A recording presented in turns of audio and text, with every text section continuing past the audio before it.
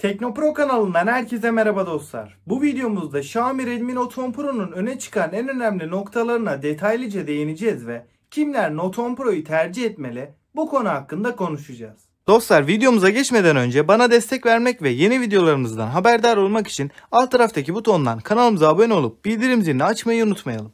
Şimdi ilk nedenimize başlayalım. Burada Note 10 Pro'nun belki de en öne çıkan özelliğinden, yani ekranından bahsedeceğiz. 6.67 inç boyutunda 1080x2400 Full HD Plus çözünürlük sunan bu ekran 120 Hz tazeleme ve 240 Hz dokunma hassasiyetini bünyesinde barındırıyor. Note 10 Pro'nun sunduğu yüksek tazeleme ve dokunma hassasiyeti sayesinde bize telefonu kullanırken çok akıcı bir deneyim yaşattığını söyleyebilirim. Dostlar, Note 10 Pro'nun ekranını kullanmak gerçekten çok keyif veriyor. Bunun yanında ekran tazeleme hızı da adaptif olarak önümüze çıkıyor. Yani bu sayede menüde gezinirken 120 Hz, YouTube'da herhangi bir video izlerken de kendini 60 Hz'e alarak pil tasarrufu yapmamıza da imkan sağlıyor. Bunun haricinde telefonumuzun parlaklık oranı olarak da 1200 nite varan oldukça yüksek bir parlaklık değeriyle geldiğini belirteyim ve bu parlaklık oranıyla güneş ışığı altında kesinlikle bir görme zorluğu yaşatmıyor. Ekranın parlaklığı hem dışarıda hem de kapalı ortamlarda oldukça kuvvetli.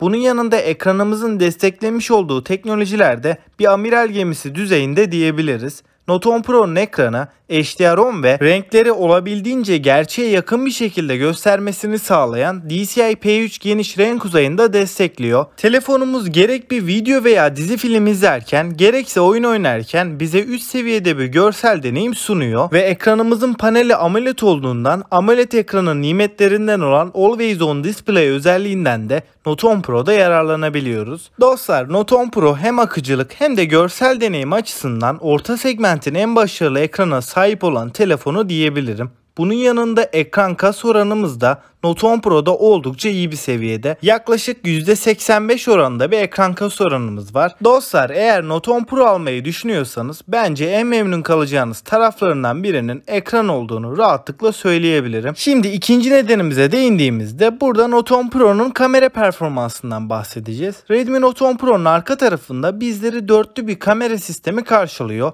Note 10 Pro'nun ana kamerasında 108 megapiksel çözünürlüğünde f1.9 diyafram açıklığında 6 elementli lense, HDR ve yapay zeka desteğine sahip kaliteli bir sensör kullanılmış. Note 10 Pro'nun ikinci kamerasına baktığımızda 8 megapiksel f2.2 ekstra geniş açı, 3. kamera 5 megapiksel f2.4 makro çekim ve son olarak 4. kameramızda 2 megapiksel f2.4 portre çekimler için derinlik algılama kamerası.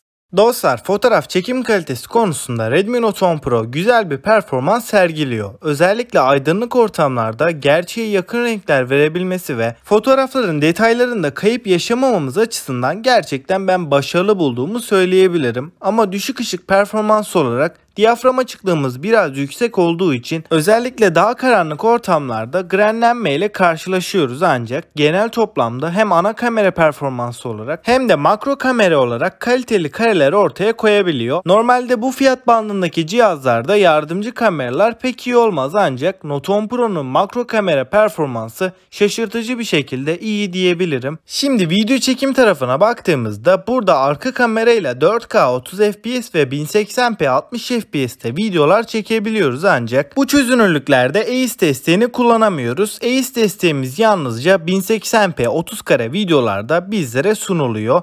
Video çekim performansı olarak ben Redmi Note 10 Pro'yu çok başarılı bulmuyorum. Bu fiyat bandında A52 ve Mi 11 Lite gibi daha iyi video performansı sunan telefonlar var. Şimdi Note 10 Pro'nun ön kamerasına baktığımızda burada 16 megapiksel f2.2 HDR yapay zeka destekli portre modunda da fotoğraflar çekebilen bir kamera bizleri karşılıyor. Video tarafında da bu kamerayla 1080p 30 FPS'te EIS desteğiyle beraber videolar çekebiliyoruz. Dostlar, kamera konusunda bir değerlendirme yaparsam bence video tarafını bir kenara bırakıp telefonun kamerasını sadece fotoğraf odaklı kullananlar için bu segmentin en iyi tercihlerinden biri olduğunu gönül rahatlığıyla söyleyebilirim. Şimdi üçüncü nedenimize bakarsak arayüz akıcılığı ve performans. Evet, burada Note 10 Pro bize fiyatın üstünde bir donanım sunmuyor ama en azından Snapdragon 720G veya uzun vadede sorun yaşatabilen eski nesil bir MediaTek işlemciyle de gelmiyor. Halen güncel sayılabilecek ve gündelik kullanımda bize sorun yaşatmayacak oyunlarda da üst düzey beklentileri olmayanlar için akıcı bir performans sağlayabilecek olan Snapdragon 732G işlemcisiyle geliyor. Bu işlemci gündelik kullanımda sizi kesinlikle üzmez. Oyunlarda da PUBG'de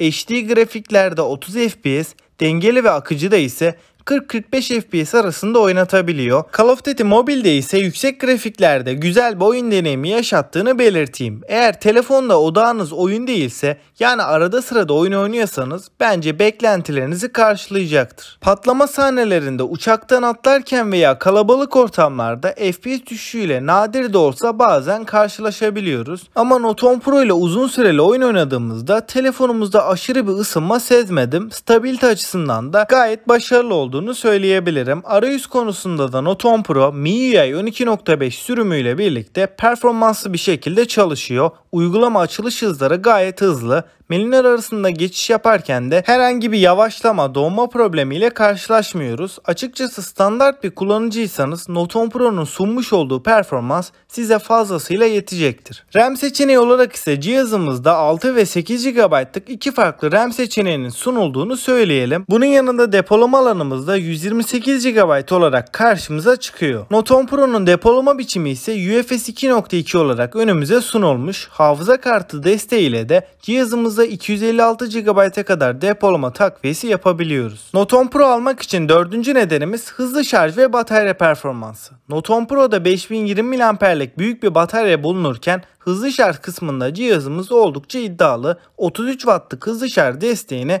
bizlere sunuyor. Telefonumuzun bataryasını yaklaşık 35 dakikada %50 oranında, sıfırdan 100'e ise ortalama 1 saat 20 dakikada doldurabiliyoruz. Batarya performansı olarak ise MIUI 12.5 güncellemesiyle birlikte Note 10 Pro'nun bataryasına ciddi oranda optimizasyonlar yapıldı. Bu sayede bir günü rahatlıkla çıkarabildiğimizi söyleyeyim. Tabii ki de yoğun bir şekilde oyun oynarsanız akşam artık beni şarja tak diyecektir. Bunun haricinde eğer telefondan genellikle gündelik işlerinizi hallediyorsanız Note 10 Pro ertesi günün öğlenine kadar rahatlıkla götürecektir. Dostlar, özellikle telefonu karanlık modda kullandığımızda cihazımızda AMOLED bir panel bulunduğu için siyah alanlardaki pikseller tamamen kapatılıyor. Bu sayede de enerji tasarrufu yaparak daha iyi ekran süreleri alabiliyoruz. Ben de zaten genellikle telefonu karanlık modda kullanıyorum. Pil tasarrufu açısından da sizin de karanlık modda kullanmanızı öneririm. Bunun haricinde de eğer yüksek tazeleme hızı sizin için önemli değilse ekran tazeleme hızını 60 Hz'e çekerek 2 günü sorunsuz bir şekilde çıkarabilirsiniz.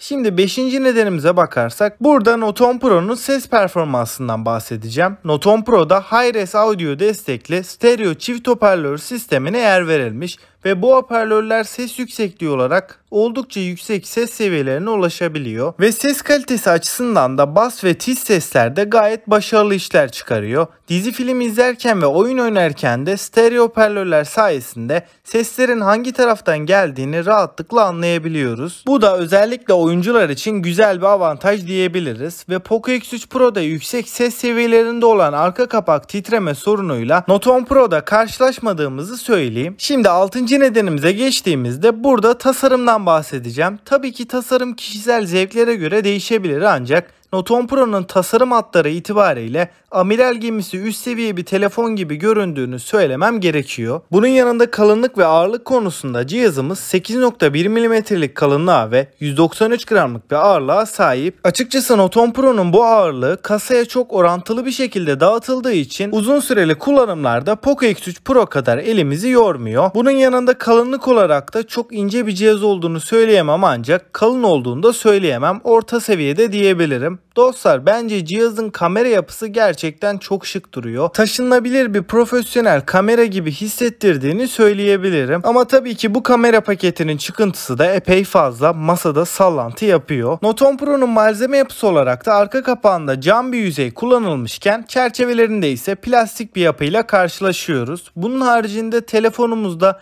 3.5 mm jack girişine de yer verildiğini söyleyelim. Bu sayede kablolu kulaklıklarımızı dönüştürücüye ihtiyaç duymadan kullanabileceğiz. Şimdi 7. nedenimize bakarsak telefonumuzun suya ve toza karşı IP53 sertifikası ile korunması. Dostlar, Note 10 Pro üst düzey bir koruma sağlamıyor ancak telefonu yağmur altında kullandığımızda veya olası su dökülmelerinde bize herhangi bir problem yaşatmayacak. Özellikle telefonu alıp havuza girme veya duşa girme gibi riskli işleri yapmamanız gerektiğini söyleyeyim. Çünkü sıvı temasıyla oluşacak herhangi bir hasarda telefonumuz garanti kapsamı dışında değerlendiriliyor. Dostlar, şimdi 8. ve son nedenimize baktığımızda tabii ki burada Note 10 Pro'nun fiyatını ele alacağız. 6 GB RAM 128 GB depolama ile gelen model 3745 TL gibi günümüz şartlarında uygun denilebilecek bir fiyatta satılıyor. 8 GB RAM'li model şu anda 4000 TL'nin üstünde, 4100 TL'lere dayanmış durumda. Açıkçası şu an için 8 GB RAM'li modeli önermiyorum ama ilerleyen zamanlarda fiyatı biraz daha aşağı çekilirse 8 GB RAM'li model de tercih edilebilir. Redmi Note 10 Pro'nun fiyatına karşın bize sunmuş olduğu genel deneyime bakarsak fiyatının hakkını sonuna kadar verdiğini rahatlıkla söyleyebilirim. Özellikle fotoğraf başarımı ve ekranın sunmuş olduğu üst seviye görsel deneyimi hesaba katarsak benim için segmentindeki en üst sıralarda yer aldığını belirteyim. Dostlar, şimdi genel değerlendirme yaptığımız son kısımda Note 10 Pro kimlere hitap ediyor bundan bahsedeceğim. Özellikle telefondan dizi film izlemeyi seviyorsanız, bunun yanında sosyal medya uygulamalarını ve kameranın fotoğraf tarafıyla daha çok ilgileniyorsanız sunduğu batarya performansıyla da Note 10 Pro sizi kesinlikle memnun edecektir. Ama Note 10 Pro'yu telefondan video çekmek veya oyun odaklı bir kullanım için telefon almayı düşünenlere kesinlikle önermiyorum. Bunun haricinde çoğu kullanıcının ihtiyaçlarını gidereceğini düşünüyorum. Peki dostlar, sizler Redmi Note 10 Pro hakkında neler düşünüyorsunuz? Benimle görüşlerinizi yorumlar kısmında paylaşmayı